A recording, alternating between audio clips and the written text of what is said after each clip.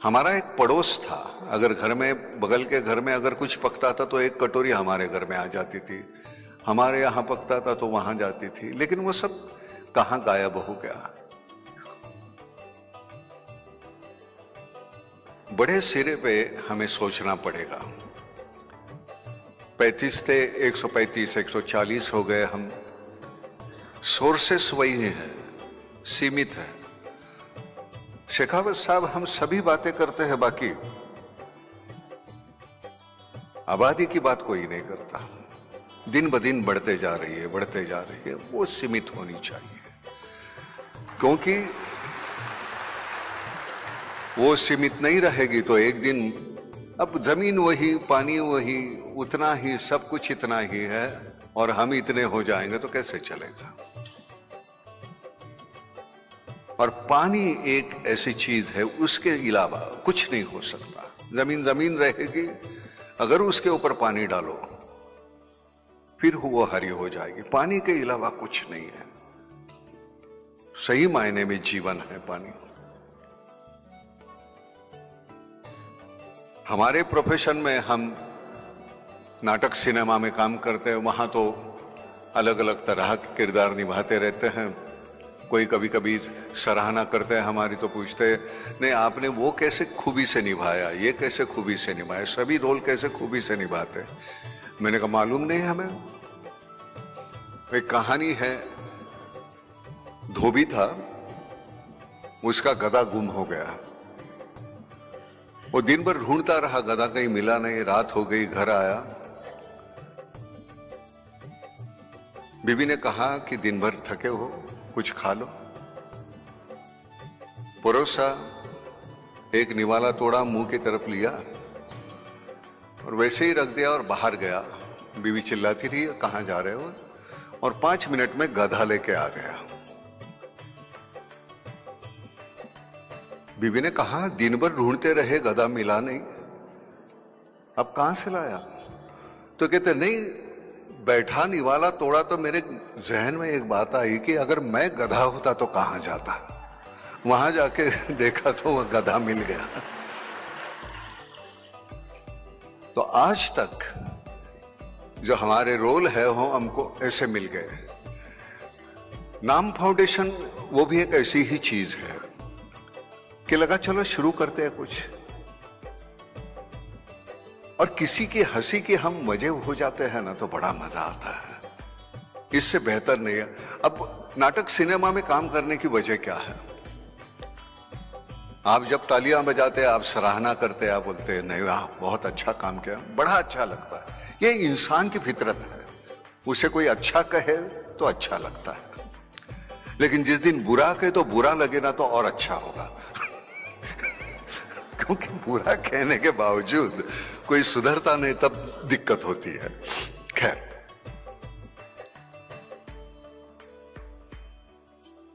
उस दिन हम ऐसे ही, हमारे महाराष्ट्र के मुख्यमंत्री शिंदे साहब और फडणवीस साहब डेप्यूटी, तो उनके ऐसे ही एक इंटरव्यू ले रहा था मैं ऐसे स्टेज पे।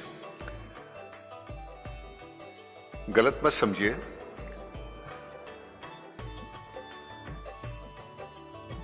राजा, हमारे यहां तो राजा जाते नहीं है, लेकिन परदेश में जैसे राजा रानी फिशिंग को जा रहे हैं। अब फिशिंग को जा रहे हैं तो रास्ते में एक कई मछुआरा गधे पे बैठ के जा रहा है। तो राजा ने पूछा कहां जा रहे हो? फिशिंग को। तो कहते नहीं, आज तूफान आने वाला है, बहुत बारिश होगी, आज नहीं जाऊंगा। तो कहता पागल हो, हमारे पास हमने एक आदमी रखा है हवामान तज्ञ, जो सब कुछ बताता है। उसने कहा कुछ नहीं होगा, जाइए महाराज। और महाराज चले गए, और बाद में तूफान आया, बारिश हो गई।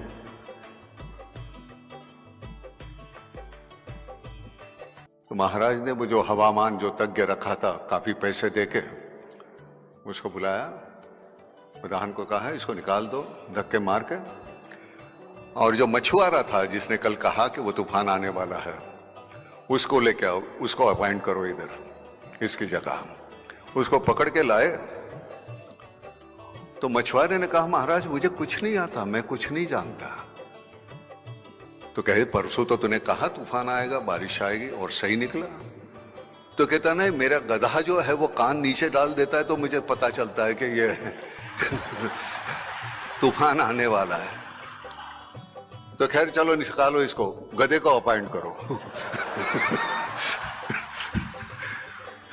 तो वो जो प्रघात चल रहा है वो अभी तक चालू है। जिस दिन वो प्रघात बदलेगा पानी का प्रॉब्लम मिट जाएगा।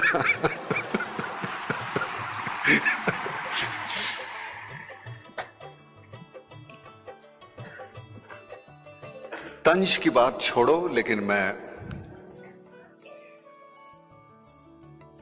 सबसे बुरी बात हमारे यहां यह है, जो चीज हमारे पास है उसकी कीमत नहीं हमें। वेंटिलेटर पे 2 दिन रहो, 7 लाख का बिल भरोगे, जन्म से यहां सांस ले रहे हो, लेकिन उस पर्यावरण का आप कोई ख्याल नहीं रखेंगे। ये तो कमाल है, क्योंकि फोकट का है ना, भगवान ने दिया हुआ। हवा है, पानी है, ऑक्सीजन है। वो जिस दिन हम ख्याल करेंगे तो मजा है, नहीं तो क्या। मैं यहां आने की मैं वजह बताता हूं। मैं शूटिंग कर रहा था प्रयागराज में, यहां से 2.5 घंटे फ्लाइट से लगते हैं। हमारी शूटिंग आज बंद रखी है हमने। मैंने कहा नहीं, जाना है, क्योंकि ये बात करने का मौका मिलेगा मुझे। मैंने कोई मेहरबानी नहीं की, मैं वहीं जाता हूं जहां मुझे खुशी मिलती है। आपको मिलती है कि नहीं मुझे नहीं मालूम। I like you not because of what you are, but what I am when I am with you. मंदिर मुझे अच्छा नहीं लगता, मंदिर में जाने के बाद मुझ में जो बदलाव आता है वो मुझे अच्छा लगता है, इसलिए मुझे मंदिर अच्छा लगता है। मंदिर में सच कहता हूं, मैं जाता नहीं। भगवान के जैसे इतने लोग मेरी जिंदगी में मिले, उनके सामने झुकते झुकते भगवान की तो बारी आई ही नहीं। एक बार जाएंगे तो बात करेंगे तब। बाबा आमटे हैं, इतने बेहतरीन, इतने कमाल के समाज सेवक। और क्या चाहिए, हमारे इर्द गिर्द इतने ऐसे लोग हैं जिनके छूने से भी हम में इतना बदलाव आ गया। आप जिस तरह का काम कर रहे हैं, इतना बेहतरीन काम है। मैं तो कहता हूं ना, मैं अभी कह रहा था बहन जी को कि मैंने कहा मैं पाखंडी किस्म का आदमी हूं। हम कहीं जाता नहीं, कोई बात कही, कोई कुछ बात किसका ख्याल ही नहीं किया। बिल्कुल जंगली का जंगली रहा, जैसे था वैसे, गांव खेड़े का वही। और मैं खुश हूं। आज गांव खेड़े में जब रहता हूं तो वहां दीवारें नहीं है।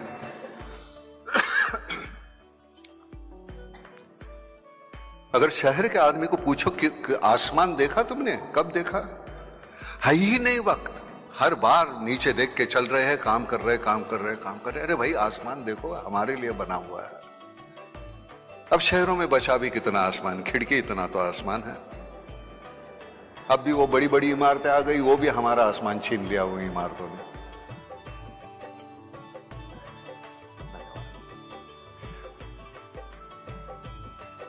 बहुत जरूरी होता है ये।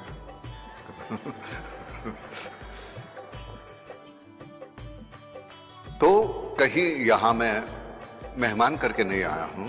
मुझे लगता है जो काम मैं कर रहा हूं, करने की कोशिश कर रहा हूं, मैं अकेला नहीं। हमारे यहाँ शिप्रा माथुर, जो हमारे राजस्थान से, जयपुर से है, जो हमारी ट्रस्टी है और बहुत बेहतरीन काम करती है।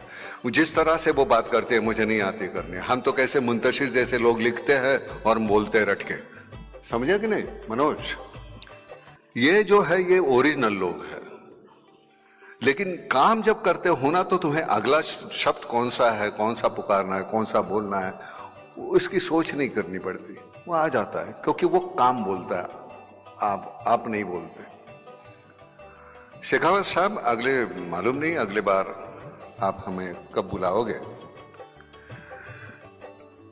मेहमान के तौर पे मत बुलाइए, गांव खेड़े में हमको जाने दो। जहां जहां दिक्कत है, वहां का काम करना चाहेंगे हम। वहां पानी कैसे लाया जाए उसके बारे में हम, तो आप यहां से शिप्रा जी, सभी के युवराज, उतनी मेहरबानी करना, जहां जहां उनसे मिलके बता देना। और जितनी हमारी औकात है हम काम करने की कोशिश करेंगे। और आपके ऑर्गेनाइजेशन को मैं कहता हूं कि मुझे अपना समझिए और मेहमान करके मत बुलाइए, नहीं आएंगे।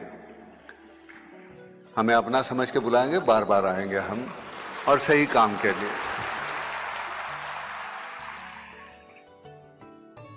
मैं लगातार बहुत बोलते रहूंगा, क्या है कैसे किससे, सिर्फ आखिर की एक बात बोलता हूं। शुरुआत वैसे हुई है कि महाराष्ट्र में, हालांकि सही हर जगह, जो किसानों की आत्महत्या है, तो हमने कुछ पैसे जमा किए थे गाड़ी लाने के लिए, नई गाड़ी। और शाम को हम टीवी देखते बैठे थे तो एक किसान ने आत्महत्या की और उसकी फैमिली का इंटरव्यू चल रहा था, माँ, बाप, बीवी और 2 बच्चे। उनके चेहरे पे, आंखों में, मेरा बाप मर गया, मेरा मियाँ मर गया, मेरा बेटा मर गया, ये दुख से ज्यादा भूख थी शाम की, शाम को क्या खाएंगे। उस वक्त लगा कि जो हम गाड़ी लेंगे उसके बजाय ये पैसे अगर हम उनमें बांट दें तो कम से कम एक तसल्ली होगी मुझे कि मैंने अपना काम किया। काम वहां खत्म नहीं हुआ। मेरे दोस्त है मकरंद अनासपुरे, उन्होंने कहा वो सर चेक डिस्ट्रीब्यूट करने के लिए आप आ जाइए पहले दिन।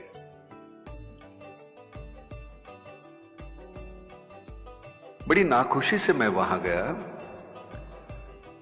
सामने 250 250 बच्चियां बैठी है, विधवा, जिनके मियाँ ने आत्महत्या की थी। देखने के बाद महसूस हुआ कि ये काम एक 200-400 चेक देके खत्म होने वाला नहीं है, ये अविरत चलना ही चाहिए। और वहां से वो शुरुआत हुई। आपको कह देता हूं, जब हमने ये कह दिया कि ये काम करना है, महाराष्ट्र के लोगों ने वहां बंबई, पूना 2 महीने में 60 करोड़ रुपए दे दिए, 60 करोड़। ऐसी बात नहीं कि शहर के लोगों को, गांव वाले लोगों की चिंता नहीं है, लेकिन उनकी अपनी उनकी रोजमर्रा की जिंदगी है। लेकिन उसमें से भी वो जितना करना चाहते हैं उतना करने की कोशिश कर रहे हैं। तो हम अपने सिरे से, अपने तरीके से जितना कुछ कर पाएंगे। तो ये जो है क्षिप्रा जी, सबके सामने मैं कहता हूं, ये आपकी जिम्मेदारी बनती है। आप इनसे मिलिए और वो आगे हम काम ये शुरू करेंगे, क्योंकि नाम फाउंडेशन का काम जो है वो महाराष्ट्र के लिए अब सीमित नहीं है, वो यहाँ राजस्थान के लिए है, आसाम के लिए शुरू किया है हमने। सो धन्यवाद।